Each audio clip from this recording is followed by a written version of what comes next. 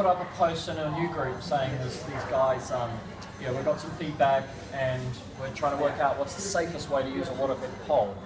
And you've been out with me, you've seen the Reach It, which is our professional pole with a big grip, and then you've seen the multi-pole, which has got a small grip because it's not going to be used all the time. And so somebody's written in and said, well, you should use a Gardiner, whatever it is, SLX 25 or Extreme, because it's super light and it's pencil thin. So very small diameter. Small diameter. Okay. What do you think?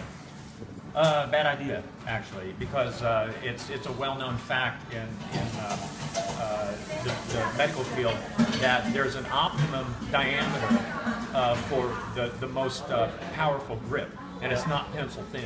No. It's at least a 2-inch diameter that gives you the most powerful grip. In other words, if you put a gauge, if you put a gauge, like my finger's the gauge, and there's a dial gauge on it, and I squeeze my finger as hard as I can, that dial gauge will register a pounds per square inch of force. If I put 2 fingers out and squeeze exactly the same effort, it would register more force. Right. So somebody could do this at home. Put 1 finger, 2 fingers, 3 fingers. No, you need to but you get some sort of pain measure here as to how. Use somebody else's finger and watch their face, right? That's it. But you squeeze 1 finger, squeeze 2, squeeze 3. No, that's probably a bad idea because you're going to be crushing joints. Don't do that.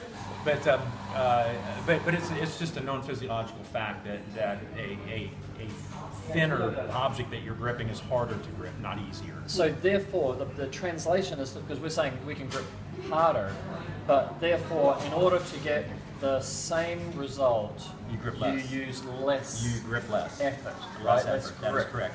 Depending on the diameter. Now, if the diameter is too large, like let's say the diameter is a 6-inch. Starts to open your hand up. Like a basketball. And then you're starting. Well, those of us who can pick up a basketball, you're picking up the basketball with these muscles. So you're starting to use these little muscles here. Right. So there's an optimum average diameter that for a male. It's going to be different Caucasian, for a female. I think. Caucasian, all maybe. studies are Caucasian. And you can easily find out what that diameter is. Just get a grip. And also there's studies you can find on Google, but it's 45 millimeters, like as I come from metro country, 45 millimeters through to 50 millimeters, which is 50 millimeters is 2 inches. Okay. So it's around that 2 inch. Sure, yeah. It's certainly not pencil thin. No. Yeah. No. Yeah. In fact, you'd be working much harder with the thinner. Well, the thing is, like what we've been talking about is all these injuries that can happen. But the more you grip, you're starting to. And you were showing us yesterday that you start gripping, you start to see these pop out, and then you start to, you're holding everything's tight and tense in here, isn't it? So. With repetitive use, motion.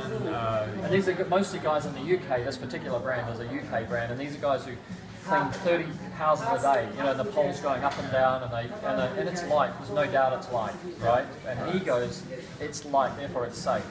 But my challenge is that it's a thin diameter, therefore you're gripping on the micro. Sure, it's beautiful on the big muscles because it's light, but the little muscles are doing a lot of work. More work than they need to be. If he would just use some sort of grip that would widen that grip, it would help him. Oh, we're not going to do that. Don't. But you could do it to your own pole, or we might release it for you, a Gardiner upgrade. All right. Okay, cool.